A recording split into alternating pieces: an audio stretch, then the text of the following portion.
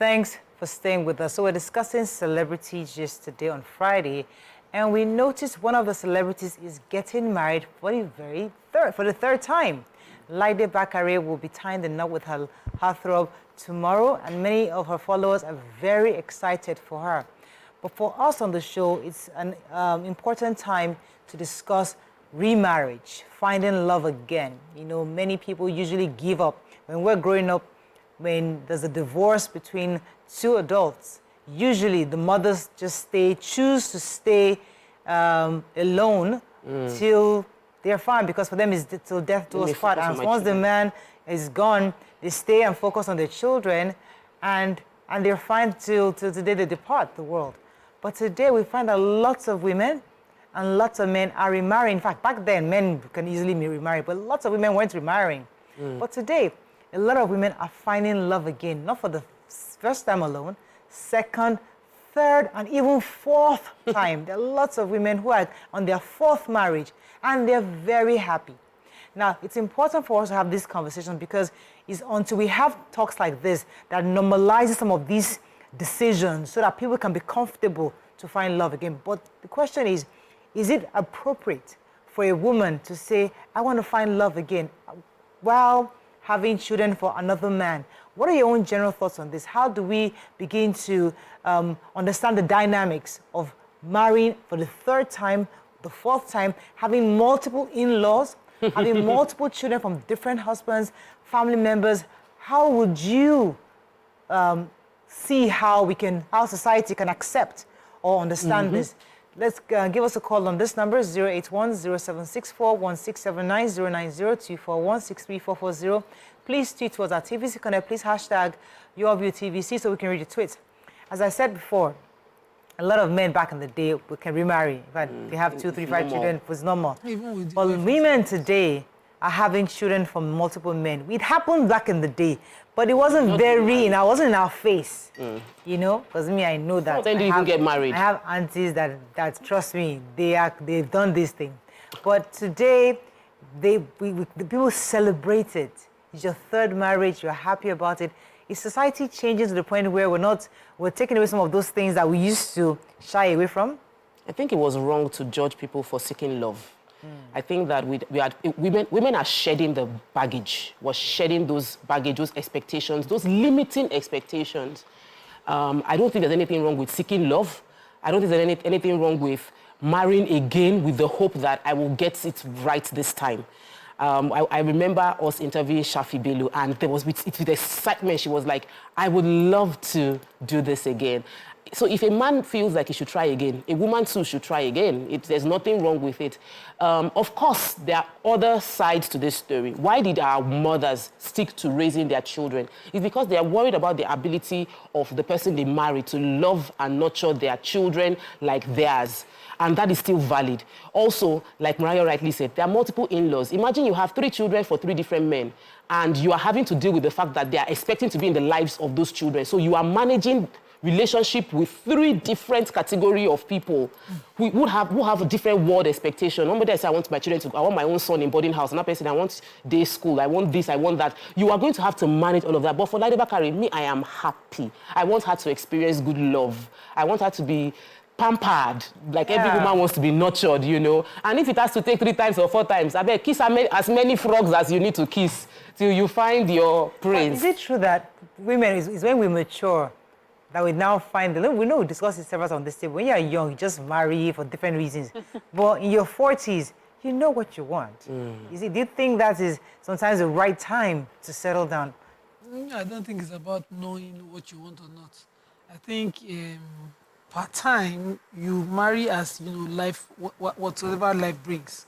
So you could have married for love at the first time and it didn't work, you didn't find it. You do it again and again and again, and I don't think it should be counted for women because it's not usually counted for men. Earlier, I was arguing with people about who is counting and why are you counting.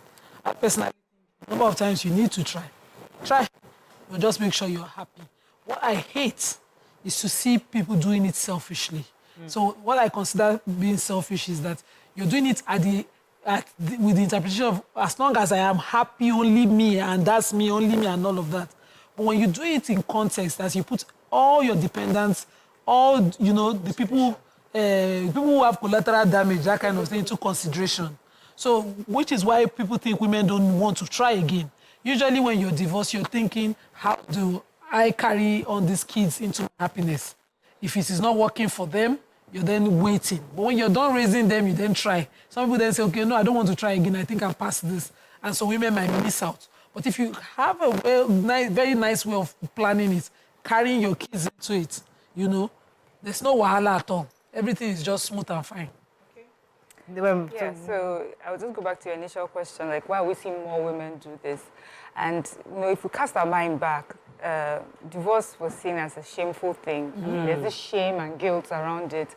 And then there's also this thing that they put on you, where you now, as a woman, describe yourself as divorcee. I'm a divorcee. How some people will tell you, Bazawara, that means this person has been married before and now divorced. And there's also the connotation that because you're divorced, you're also of, you know, of not, you're not morally, you know, upright. Yeah, you know, that there's something issues with your morals, you know. But when we start discussing divorce and we start empowering women to step out from marriages that were toxic, and people start listening that sometimes when you leave a marriage, it's not just because you feel like it or you just have another opportunity. There are issues that happen within marriage that allows that, you know, a woman is encouraged to step out of a marriage. And that has taken away a lot of the guilt that women would normally carry with them, knowing that they're living a marriage. Now that they know that the world or the society will support you for being strong enough to leave a toxic relationship, you know, then it also builds that confidence that you can do it right the next time. And then you hope that you meet the next person and then you fall in love. So I am married to someone who was married before. And by God's grace, I don't speak for him, but I believe that he's, you know, he's quite happy in this marriage. So imagine if he didn't marry me, he would have lost on this happiness that he's right now. So I really encourage men and women who want to go ahead and settle down and find that love. That it's possible to find it. And usually you're able to do it with experience, in hindsight, make some better decisions for yourself. And hopefully the person you're going to end up with, you know, would come good as well. I was going through the Nation article that was listing out some 12 celebrities. Sis Stephanie Okereke-Linus, I think it's her second marriage. Yes. We just remind us. Do you remember her story? I don't remember her story. I can just Please, what happened? She was first married to a famous footballer. He was at the height of his career, and then we heard it broke down because it was a toxic marriage. And then she was a lady of a particular age. At that time, when you're in your 30s, they already see like you're, you know, losing out. And then she met this man. As in... And you know, before divorces, when you're marrying again, you do a small, quiet... Yes. She was one of the ones that showed us that as a divorced woman and you meet the man of your dreams, you can celebrate it big. It was like a castle in Europe. She had this beautiful wedding dress. And we've heard only good things since then. You know, he's always supported her. Been a team. Yes. Powerful team. It's good to see that she found love, real love again the second time. Then we have Funke Akindele. She also was remarried. Then Mona Lisa Chinda, too, has also had her own share of divorce and remarriage. Clarion Chukura, also. I think hers was 3 times. I'm just getting through the nation's list here. Then we had Stella Damascus. So I feel, you know so what? The whole conversation... Nima said something. Nima said that, who is counting? Who gave people the right to count the number of divorce or marriage people somebody has had? Because when we're counting for men, we're not counting the same way we're talking about when we're talking about women. No, when we're talking about women, we're counting... The reason why we're talking about this is because we want to normalize the conversation. Yes. So that people who are in marriages where they're not happy, or maybe they're in toxic marriages, can be comfortable and happy. So, you know, if these people can find love again, I too can. And that's the conversation. We're not trying to condemn or judge the act. Oh, of course. We're saying very clearly that... I know, I know our own point of view. So, I want our viewers to understand the reason why we're having this conversation. When we have this majorly women. Yes. There are male Nollywood actors who are also divorced, who are trying again. Exactly. But where will we find the list if we just check like that? You don't see a compilation. We won't see a Go back to what compilation. I said, where the woman is the one tagged divorcee. Yes. The man can So that's the start counting afresh. thing Toko is talking about. That we are counting for the women, We're not but we don't have a list same for the way men. for the men. So for me, I feel that another important part of this conversation is the fact that when a woman is divorced and she wants to remarry, if she has kids, she's now marrying, it's okay for her to marry another divorcee, not for her to marry a single guy. Yeah. They see that, oh, how can you, she has a child already, and then that is seen as a baggage that you cannot marry into. That's why a lot of women held back from marriage, because they were having to carry the burden of hiding their children. And it happened. There were many women in past times that were married and divorced, and they hid the fact that they had children in their previous marriage, or even the fact that they were previously married, so that they would be taken for who they are. Let the women that are divorcees breathe. Let them be accepted for who they are. Don't judge them based on, oh, what did you do in your former marriage? Or how will I relate with the fact that you have 2 children? What if she can take care of children? She's not expecting finances from you. She just wants companionship from the marriage, but everybody around is judging. Even when the man accepts the woman, society still looks and wonder, how are you coping with her? How are you relating with the children? Are you sure the former husband is not coming in? We've created this thing that we've accepted for men, but we are putting women under binoculars to scrutinize. And if you search deep enough, you'll find something. But we should give opportunity for women to find love the same way we give men opportunity. Miriam just mentioned in Hausa how women are tagged divorcee, and she also mentioned the Hausa term for it. In Yoruba term, it's called Dalimoshu. But there's no term for the men. And we've seen that it takes 2 to make a marriage work. It takes 2 to crash a marriage. Yes, so. 2 ununderstanding, lack of uncommunicating people can crash a marriage. But the woman is usually tagged a failure to The label. to leave that marriage, to not find a way to make it work. So I had a relative that stayed in a marriage for over 30 years, but she chose divorce after 30 years. Everybody put mouth down until one old woman in the family said, leave her, it's time. She stayed to just raise her kids. She saw she was disempowered, she was highly abused. It took her to leave to also see how dependent that man was on her. But she did not leave when she could have been tagged because of the kind of culture, the Islamic setting where she was from. She just rather maintained. The moment she was able to find that empowerment, it took 30 whole years to serve one person and stay. And she was just a strong person. She could have mentally gone otherwise. So this tagging thing that we enjoy, do we think about the consequences on it and how it might curtail a person's freedom to leave an abusive setting? You know, in our society, it's triple jeopardy, not even double. You don't empower the woman. Yeah. If you even empower her when she's in an abusive marriage, she cannot be empowered to leave. She will not have help. She'll be asking, which shelter will I go? She will not be empowered to leave. When she leaves, she finally finds a way to make it work. She's stigmatized and labeled. She doesn't know how to start again.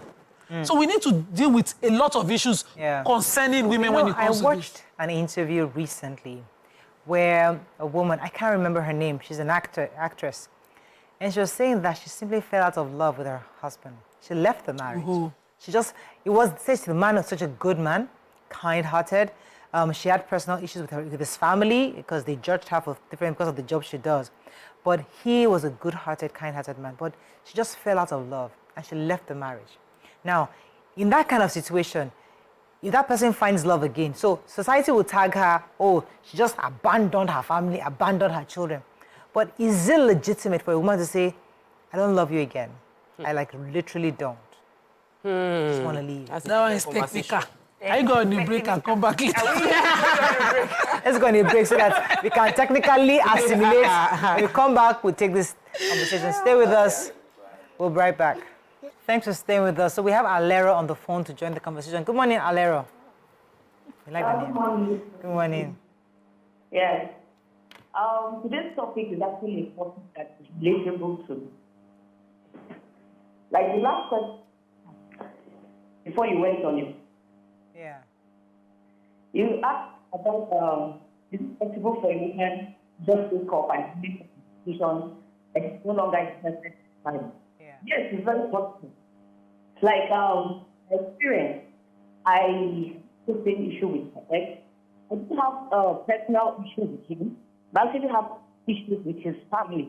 So mentally, I was already off the whole relationship. But physically, I've not told him that I was. But subsequently, when it began to mess up with my mental health and all of that, I just woke up one day and then I just feel I'm over and then I'm over the whole relationship. So it's actually possible for one to just wake up and then tell your partner you're no longer interested, and then he's not actually at fault for because of some family issues and all of that. Thank you, Alera. Thank you for taking us into this conversation, because some women will tell you what Alera said, their mental health. Yes, you feel that maybe in her own case, is a family, her husband's family she had issues with. But there's some people, and this story I was also referencing was the family, and maybe the inaction of the spouse. You know, allowing your family to do so much, and I just lose respect for you. The regard I had for you, the leadership I thought I had, that you had, you don't have it. And because you don't have it, I just can't connect. So because of that, I need to leave. Now my real issue is, when she leaves, and now she finds love elsewhere, society judges her because she left a perfectly good man, a great man who could have been a husband, a father to her children, an amazing man. She left a good man just because she fell out of love. It's not even justified in any way. She was in love with a good man, the conversation would have changed things. Yeah. Not necessarily. We choose our friends, we don't choose our family. Those are his family members. I'm doing an estate of a late man, and the family members, according to the wife, are, in fact, they're upside down. They walk with their heads and they stand with their heads and think with their feet. You know, those kind of people that are just awkward. And in a group like that, you cannot find one person. I used to ask someone else, in the whole of the family, there's no one person that has wisdom. Yeah. You know, there must be one person that doesn't do everything with the group. There must be one person that can say, no, this shouldn't be how it's done. You know, this is not right. There's no such person. But if you have a good man, what that good man does is that he will protect you. Do you know the late man provided, knowing where he's from, knowing the kind of people he was born into, the family he was born into, he made provisions for his wife. He just protected the woman even till death. So if you marry a good man, that issue itself shows, you know, is part of it. Shows up. But a bad man will tell you, it's my family, you better die or live. So that's for me, I would say it's possible to leave a good person. A good man, a good husband, a good brother-in-law, a good, you know, it's possible because you do not love that person. I don't know, maybe it's a bit different with marriage, but I have been in a relationship with a good person that I stopped being in love with, and I left. And I cannot say to you that this is what he did bad. I just knew within myself that this was no longer not the person for me, you know? So now the question that you've asked is, what makes divorce valid? Are there valid reasons? Are there some reasons that are not? I think as long as you are unhappy in a marriage, toxic or non-toxic, if you know that just continually being in that relationship makes you unhappy, to the point that it would reflect. That's the thing with good people. You are not in a relationship with someone who's a good person. You are not in love. It affects that person's mental health. It affects that person's growth. The person is constantly trying to work out what is wrong with you, how can I make better? And you know that you're the one that's at fault here. This person has done nothing wrong. This person has no reason to keep pushing himself and fighting to make a relationship work when you know deep within yourself he's the only one working towards that relationship. So that's another good reason to leave a relationship, because you now allow the other person a chance to meet the person that would really love and appreciate them. So I like that you put it in context. That, you know, you're not in love. You might be in a relationship. A lot of people are in marriages, they're not in love. Some people, yes. So that's a valid ground to leave. But when you're in love with a good person, do you leave the person because of other issues? That good person would address those issues. It works. But what I'm trying to do is that so that someone does not hear us here and think, let me just go. You know, if you're in love, you can have that conversation. A good person will want to work at the marriage. He will want to seek that counseling with you. Why are you not happy? Okay, this person, why is it not working for you? He will deal with the situation. Let me take this call from Boye. Good morning, Boye. Thanks for calling. You're live. Yeah, good morning, Mariah and co. And congratulations on Thank you, your sir. appointment, Mariah.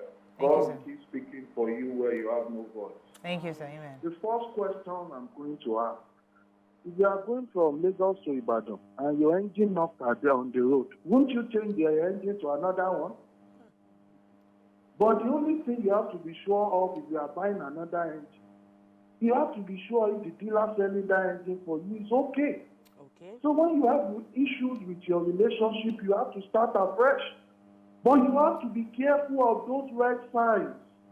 The home I'm going to, is my mother-in-law going to tolerate me for having children? Is my sister-in-law going to tolerate? Those guys are very smart. Most especially when the guy knows your faults, when the guy knows your problem. That is what he's going to deal with you with. So don't be carried away, my sister. If you are hearing me now, if you are getting yourself involved in another relationship, you have to be careful of those red flags. If you are not being careful about it, you are starting afresh again into another mess. So these are important facts. And for the married women out there, no place is balanced. What is good in my house may not be good in your own house. What is good in Moriah's house may not be good in our colleague's house. Probably my husband gives me money and he does not knock on my door. He probably knocks on my door once in 2 months. You know what I mean by knocking on your door. Yes, we are live, so we should be careful with what we use. All right, thank you, Mr. Boye. I think I get your point. I appreciate it. Come, let me So I'm of the opinion that we should always find a way to make things work. I feel that marriage only works when two people are working on it. And if the two of you are committed, you can make anything work. If you find yourself in a situation where only one person is putting in the work, it would lead to frustration. It would lead to somebody feeling overwhelmed. And that's what mostly leads to somebody feeling like irreconcilable difference. That is basically, we can't explain it, but we just can't find a way to continue to make this work. And when people find themselves in that situation, there is a lot of emotional baggage they're carrying. Because when people step out of a relationship, there's always the question of, did I do enough? Could I have done better? Did I give up too soon? So I believe that before, even if for any reason, whether you're a divorcee or based on irreconcilable difference, or you left a marriage, you were being battered, or you left a relationship where you were being cheated on, it's important that before you go into another relationship, you have proper therapy. You deal with your baggage. Because if you leave a marriage, you are carrying baggage. If you go, by the time you go into another marriage, it's likely going to end up in the same way, like the last caller said, that the grass is not greener on the other side. There's no perfect man there. So if you don't deal with your baggage and get more realistic with your expectation, you might end up going into that circle over and over again. So I think it's important that both men and women heal before going into another relationship. Get your emotions dealt with. And when we talk about healing, we talk more to the women. We don't talk to the men, but men also need emotional healing. Because the things that they react to will be worse. It's not what you are seeing. They are reacting to all the past baggages they are carrying, the relationship that did not work out. You take a position, they feel it is aggressive because that's what their ex-wife did, or you cook one kind of soup and you're seeing there are baggages. Men and women have baggages, and both men and women's baggages should be dealt with appropriately before going into another relationship, so that you're not transferring what you should not. Okay, let me take this call. God bless you. I want to give story. For Ibrahim. Good morning, Ibrahim. You're live. I want to write it down. Good morning. Good morning, everyone. Morning, sir. Today's topic, from some of the comments I had, it's scary somehow. The part that was scary to me is you just wake up with your partner and without any reason, and you just walk away. I don't like this man without any fault. That part is very scary to me. Very, very scary. So, but in Africa, we started with the Yoruba, the Yoruba tradition. The African tradition generally allows women to remarry. There is no barrier stopping women from divorcing or from remarrying, both religiously, and otherwise. When it comes to Islamic marriage, since I'm a Muslim, there is no such thing that, a woman cannot divorce. There's court, you can go to court, area court, or anything. A woman can decide to divorce, and she's allowed to remarry. There are provisions in the Quran and everything like that for them. Secondly, I deal mostly with widows. Widows often have a foundation for that. We try to help them. People talk about, they should remarry. I think no. These people are not balanced, economically. Let us get them balanced. So we get when you get some of them balance, they now have the act, they think that, let me remarry. Some of them are faced for 5 years, 10 years, without remarrying, trying to bring up their little children. So, but I now find out when they are now balanced economically a bit, then you can see suitors, suitors to come. But men, if you are not that rich, you cannot just say, I want to marry you with your kids.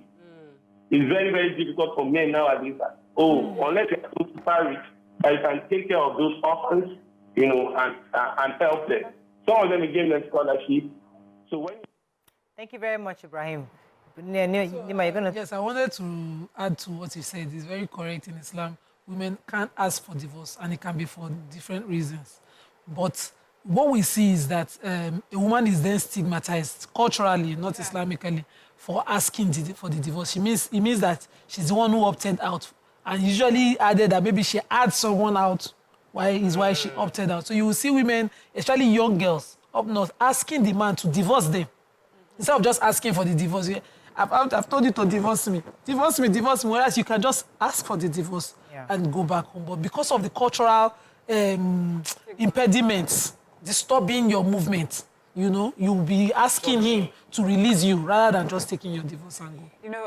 When Toko was talking about therapy, because you come with baggage, I was going to say that this is a two-way thing. Even women go with baggages. So I think I would advise that when you leave a marriage, take the time to be by yourself, for yourself, and just be in that room for a bit before you step out into another relationship. Even after doing that, you will still go with some baggages, but not as badly. And I feel that women also are even allowed to sort of handle these baggages. Men, not so much. Men are quick to just, gloss over it, and their friends just hear them pat them over, now you're a free man, not realizing that there were issues that he would have loved to deal with mentally and emotionally. And he's told, there's so many fishes in the sea. So the moment he jumps out of one, he's quickly rushing into another without dealing with the issues that were in the marriage in the first place. Let me take Warake from Abuja. Thanks for calling. Yeah, good morning, madam. Good morning. Yeah. This is a very sensitive discussion this morning about divorcing and co. And for the first time is that you said, I'm married in 1992. I am the age of 58 years now. And for the first time before I got married to a wife, I must have to know if I can tolerate her with the family. And my wife also, can you tolerate my family? That is otherwise. And two, and four of you there, if I divorce my wife, is there any of you there, maybe for bad things not to happen, can you marry me as a divorcee? None of you will agree to marry me. So also, a man can never marry a woman who has divorced 1, 2, which means that woman has a problem. If you divorce one man, you say that man not good. You divorce the other one, is not good. Are you a saint? So such person will not be tolerated in our family. So I will always think to my wife that whatever she did, I will tolerate her. That is the first thing I will have to think of before I marry such a woman. Warake. And I have a friend, Mr. Warake. who took his wife to a court. Mr. Warake, are you there? I need to engage you a minute. Are you there? Please talk to me. Yes. Yes. Now, imagine a woman who marries somebody for different reasons. So you fell in love with a man, and maybe you didn't really fall in love with him. You married him for a different reason. And then the truth is that not because you're a bad person, not because he's a bad person, but you're just not compatible, and you left him. Now, when you leave that first husband, the second person you married was almost like a rebound. You didn't give yourself enough time to heal. So you get into another relationship, and because you went fully healed from the first one, that also crashed because both of you didn't really get time to know each other. So then you realize that I did not heal before I got into the second one. That's why I met the wrong person. Let me take out time. So you take about 3-4 years to heal, and then eventually you're mature enough to now find somebody who you truly, truly love, and both of you are now together. Now, would you therefore judge that woman that, oh, she must be a bad person to have left the first and second marriage and now find third marriage? How would you judge that kind of person? First of all, I must have to know what.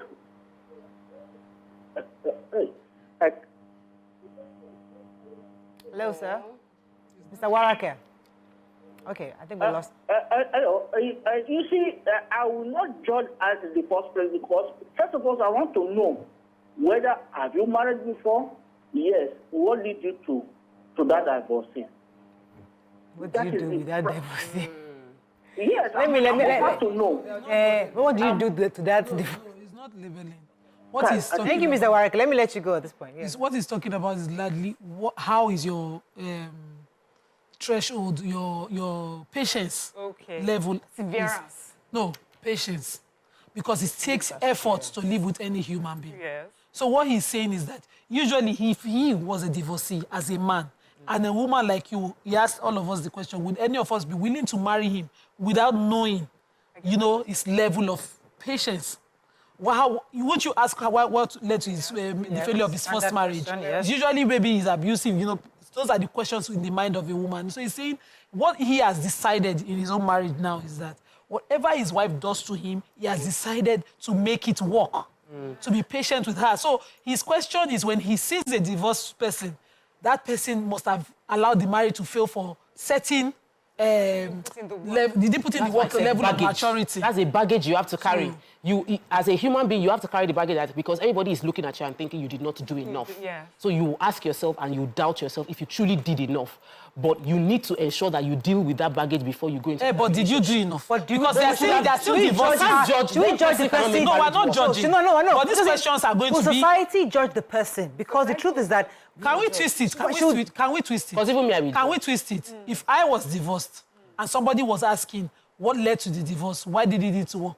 Can I be understanding that person should have those fears validly?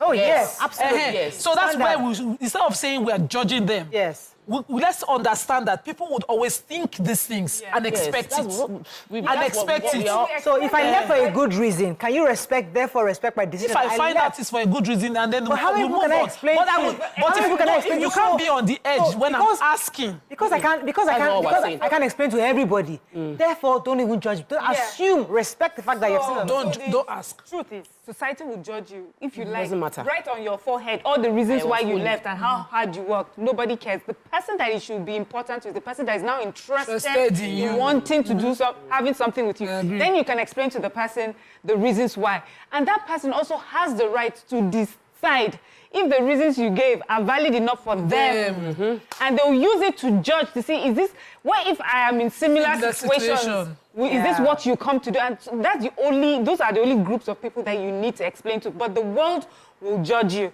I was just remembering recently my mom and I was talking and she was telling me how my dad, when they got married really young. He was in NYSC, very young. And she said the marriage became quite tough as they were growing older. She says this sweet young boy that she knew was changing right before her eyes. Success was coming. He was now hanging out with friends. He had become popular. And I don't know if death didn't happen, what it may have led to, but she said they struggled because they were changing, they were growing. So there are different reasons why people will get to a point and realize that they don't work anymore. Yeah. It's important you can judge all you want, but I want people in marriages going through situations understand that what they are going through is valid. Yes. And if they have both, sometimes when we see someone leaves the marriage, it's not because one person left. Sometimes we both have an understanding that this has come to an end. This has come to an end. That's the most beautiful. Let me take this call from Olajumoke.